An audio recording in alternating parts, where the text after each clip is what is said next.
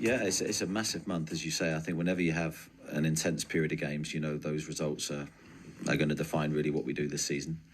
The last two results have put us in a really strong position, and also I think just lifted confidence levels and morale within the squad. So yeah, this is going to be a big week to come. We have Manchester United first. We have to just focus on that alone and learn our lessons from the cup final defeat and analyse that game, which we have, and try and improve. As every game, we want to dictate, control the game, but we play against a good opponent. We are aware of that. They have a great season. They have, with their manager, with their way of play, that is really a team that's hard to beat. But we are looking forward for the challenge. And as we had already many challenges this season, and we have shown so the evidence that we can beat them.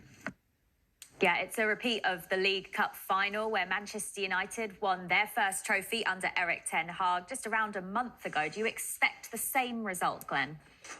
I'm not looking forward to this game, Jules. No? I'm not going to lie, no, I don't think there'll be many goals in it. Manchester United have been a bit goal shy, Newcastle have been goal shy. I expect that Manchester United will just do enough, but I expect it to be low scoring.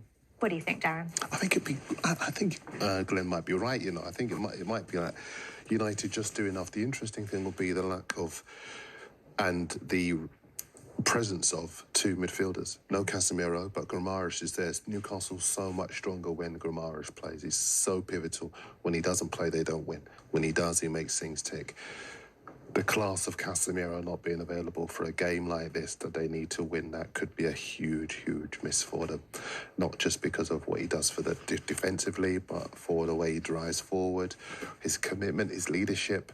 I think without him, it could be tighter. If it were a neutral venue, Wembley, obviously I'd give it to United, but it's at Newcastle's house, and they're so much better defensively than even Manchester United are. Do they break Manchester United down, though? It's a good question, and it's a good point. It's why I give United the edge, because I think... Because Rashford's had 10 days. Well, that's another thing, is whether Rashford is fit in time, because he, of course, pulled out of the international squad with England because he picked up an injury. He has been back in training, but it's not been confirmed whether he'll definitely be fit enough to start the game on Sunday. He's fortunate he obviously has the extra day tomorrow to train again. I mean, it might just be that he didn't go with England as a precaution and that he is fit. A precaution for Manchester United's season. I'm sure United fans were happy about it. You're a striker, you tell me. Well, I mean, it's classic Sir Alex Ferguson out of the playbook, isn't it? Yeah, I mean, I'm sure he's played a lot of football, he's scored a lot of goals. I'm sure I don't think anyone's not nursing injuries at this stage of the season, and he's been very injury-prone in previous campaigns, so I expect it has been a bit of protection, both for his body, but also for Manchester United's season. I mean, I think I expect him to play. Cards on the table, I expect him to play. I expect him to be the difference. And I think it was precautionary. He wants to look after himself.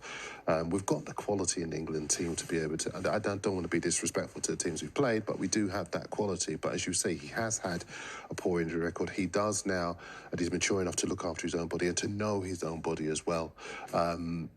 And in that period where he first started scoring goals just after the World Cup, and he gave a really good interview where he talked about the mistake he'd made previously in terms of looking after himself, and now he knows how to do that. So I expect him to come back, I expect him to hit the ground running, and I expect United to have the edge. He's having his most prolific season at Manchester United, the amount of goals he's scoring. And with the injuries and the suspensions, as Darren's already pointed out, no Casemiro in the team, Garnacho out injured for a substantial amount of time, possibly till almost the end of the season. It's so important that they have him fit, isn't it, Glenn? Because where do the goals come from if they don't have him? Yeah, listen, I mean, I feel as though Ten Hag sat him down at the start of the season and said, you're my number one, you're the one that I want to take Manchester United forward, and he just seems to be thriving in that seat, in that hot seat. Obviously, there's been Ronaldo, many others before him, but this season the penny just seems to have dropped. He went away, got himself fit in the summer, and he just looks like a different beast. Like physically, he's just got that assuredness. Even when he jogs, he doesn't even have to be on the ball. He just looks like he's ready for anything that comes his way. And if Manchester United are going to get anything at St James's Park, they need him at it. As a goal scorer, is it all about confidence when you go on those runs?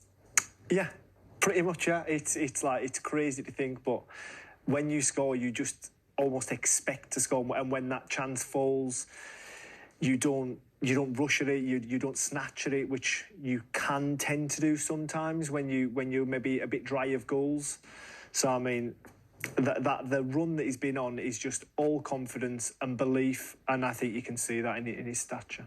When it comes to Newcastle, Darren, they went on this run, didn't they, where they were struggling to pick up consistent wins, and that was around the time where they lost to Manchester United in the League Cup final at Wembley. In the last two, though, they've won back-to-back matches. So actually, although we've had the international break, do they come into this with a bit of confidence, with Isak scoring as well? Absolutely, yeah. Before those two wins, they'd previously won on January the 15th. And there was that concern that they would really start to slip away from the top six, let alone the top four. I still think, Anthony Gordon's a promising player, but I just wonder if they could have gone with a bit more experience in January. That could have won them the League Cup, which would have been fantastic for their confidence and for the project that they're trying to build there. And certainly for this stage of the season, where you do need goals, you do need somebody who can decide tight games when the pressure's on. I just wonder if they could have gone with a bit of experience. I still do give them the edge. I'll be confident coming into this off the back of those two wins, whereas, as you say, at Man United, they've got those anxieties about Casemiro, Rashford, and their form, which is a little bit wavy.